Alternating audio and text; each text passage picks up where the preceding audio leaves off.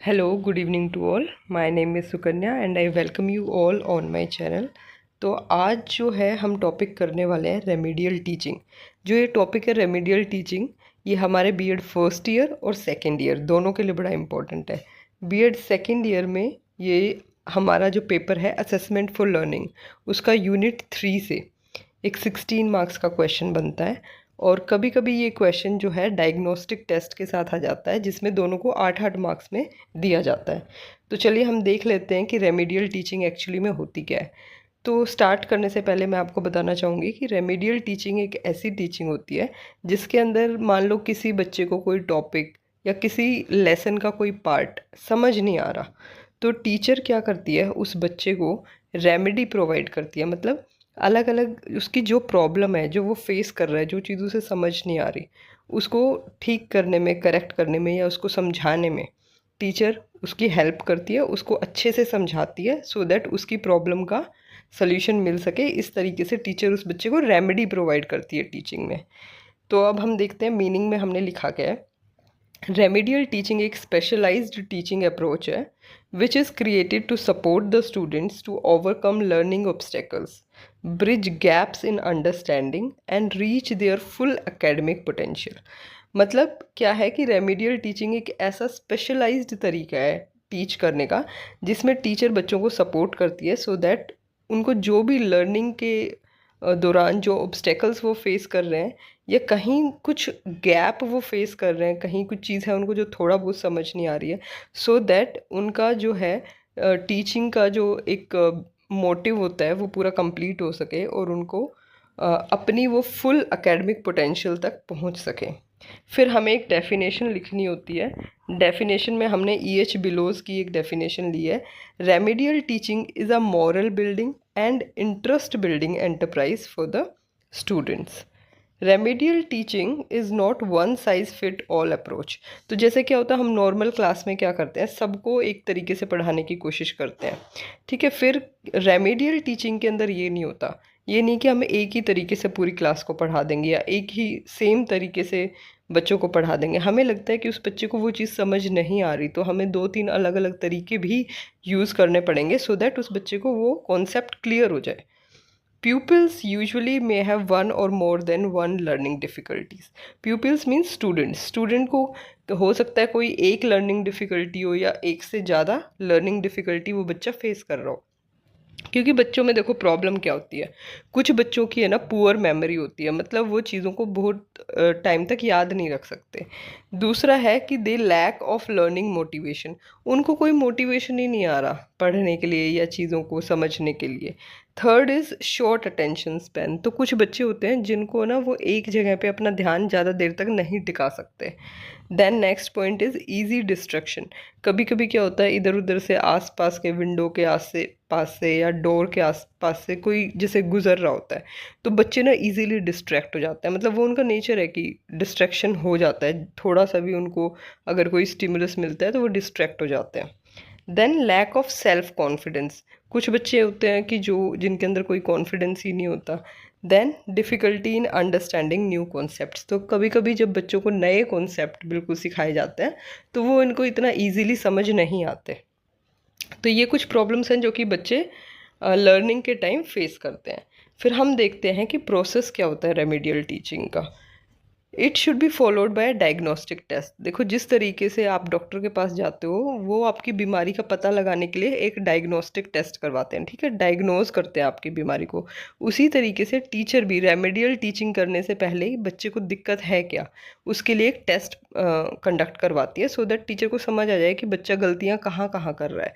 कुछ बच्चे ऐसे होते हैं जैसे कि मान लो वो स्पेलिंग में बहुत ज़्यादा मिस्टेक करते हैं।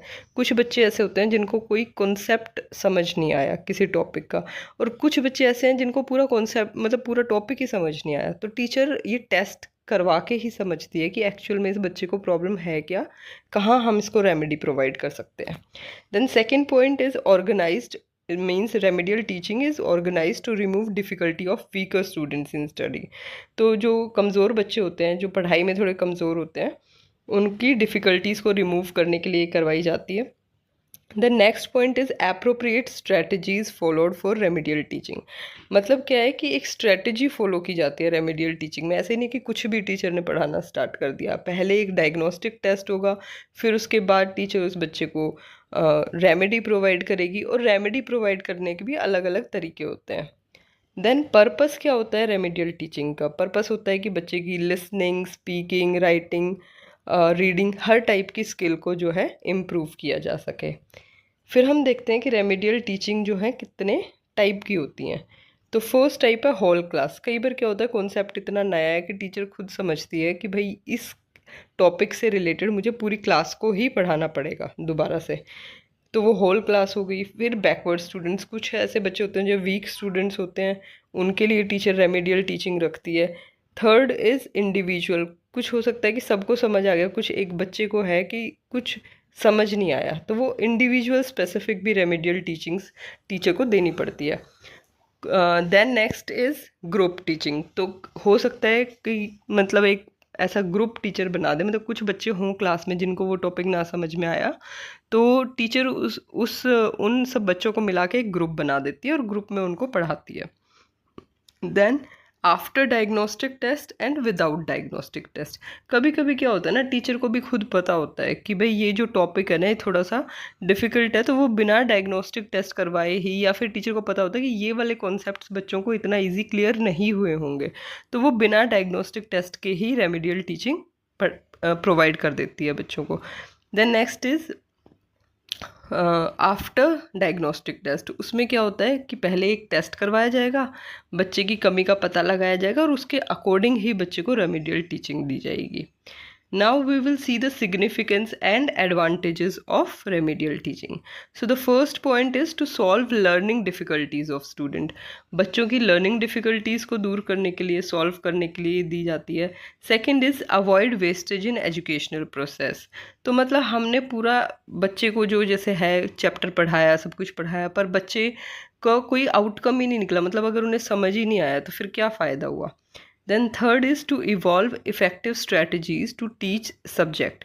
और रेमेडियल टीचिंग के दौरान ना टीचर अलग अलग स्ट्रैटेजीज़ भी डेवलप कर पाती है उस एक सब्जेक्ट को पढ़ाने के लिए। It reduces the frustration and anxiety of students. तो देखो बच्चे को अगर कोई टॉपिक समझ नहीं आ रहा तो उसके अंदर फ्रस्ट्रेशन और एनजाइटी, इन सब चीज़ों का डेवलप होना बहुत ही नेचुरल है, तो इनको कम करने का काम भी रेमेडियल टीचिंग के थ्रू किया जाता है। Then it increases the confidence and self esteem of students. तो अगर बच्चों को कॉन्सेप्ट समझ आ गया तो उनका कॉन्फिडेंस और सेल्फ इस्टीम अपने आप इंक्रीज हो जाती है। Next point is it help students in self learning and self correction based on principle of learning to learn. तो बच्चा जो है खुद को खुद भी करेक्ट, क्योंकि कभी कभी क्या होता है ना रेमेडियल टीचिंग में टीचर ना बच्चे से खुद क्वेश्चन करती है सो दैट उसको उस आंसर तक पहुंचा दे, और जब क्वेश्चंस किए जाते हैं ना उस टॉपिक से रिलेटेड तो बच्चा खुद ही आंसर करने लगता है, तो इससे क्या होता है कि सेल्फ लर्निंग भी होती है। अब हम देखते हैं रेमेडियल टीचिंग की स्ट्रेटजीज़। अच्छा, ये जो स्ट्रेटजीज़ है ना ये सीटेट में, नेट में, या कोई भी जो टीचिंग से रिलेटेड एग्जाम्स होते हैं ना उसमें पूछी जाती है, तो इनका नाम आप ज़रूर याद रखना। First is class teaching. Class teaching में क्या होती है, टीचर, जो टी वर्ड लिखा है, टी से टीचर है and S for students. Teacher जो है क्लास टीचिंग में पूरी क्लास को पढ़ाती है, और इसके अंदर एक पर्टिकुलर लेसन को पढ़ाया जाता है। Second is individualised education programme. Individualised education programme में क्या होता है, to this is done to fulfill the needs of individual students. It helps to overcome the learning difficulties and develop their potential. मतलब एक बच्चे के लिए, किसी अगर पर्टिकुलर बच्चे को कोई प्रॉब्लम आ रही है किसी टॉपिक में, तो ये एक इंडिविजुअल स्टूडेंट के लिए ये प्रोग्राम बनाया जाता है। Then third is supervised remedial teaching. Teacher help the student in self learning and self correction. इसके अंदर क्या होता है, टीचर बच्चे से क्वेश्चन पूछती है सो दैट बच्चा सेल्फ लर्निंग करे, सेल्फ करेक्शन करे। Fourth point is auto instructional teaching. इसके अंदर क्या होता है, it involves auto instructional programme and activities. Fifth is action research. So this is used for both general and specific problem. Sixth is mastery learning. Mastering learning का जो concept है वो BS Bloom ने दिया था। BS ब्लूम ने बोला कि देखो बच्चे को है ना डायग्नोज करो कि इसको दिक्कत कहाँ आ रही है, और उसको जब तक वो टॉपिक समझाओ जब तक वो बच्चा उसमें मास्टरी नहीं अचीव कर लेता। मतलब हमें इस हद तक बच्चे को इस तरीके से समझाना है कि वो टॉपिक पे बच्चे की एकदम मास्टरी हो जाए। 7th is reward scheme. Reward scheme में क्या होता है कि बच्चे को कोई ना कोई रिवॉर्ड दिया जाता है सो दैट बच्चा मोटिवेटेड फील करे। 8th is peer support programme. Peer support programme में टीचर क्या करती है कि कोई और बच्चा क्लास के अंदर जिसको टॉपिक बड़े अच्छे से क्लियर हो गया उसको जो है ट्रेन करती है, और लिटिल टीचर की टाइप में उसको मतलब बनाया जाता है कि वो एक ग्रुप को लेगा और उन सबको वो कॉन्सेप्ट समझाएगा। तो इससे क्या होता है बच्चे अपने ही एज ग्रुप के बच्चों से सीख पाते हैं।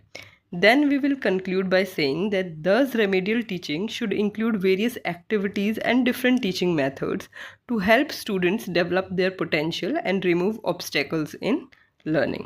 तो इस तरीके से हमने इस पूरे टॉपिक को कवर कर लिया। अगर आपको ये वीडियो अच्छा लगा हो तो प्लीज़ लाइक कर देना, शेयर कर देना एंड सब्सक्राइब करना बिल्कुल ना भूलें। आप सब लोग वीडियोस देख रहे हैं बट सब्सक्राइब बिल्कुल नहीं करते, तो गाइज़ प्लीज़ आप सब्सक्राइब भी कर लेना। दैट्स ऑल फॉर टुडे, मिलते हैं नेक्स्ट वीडियो में। Thank you.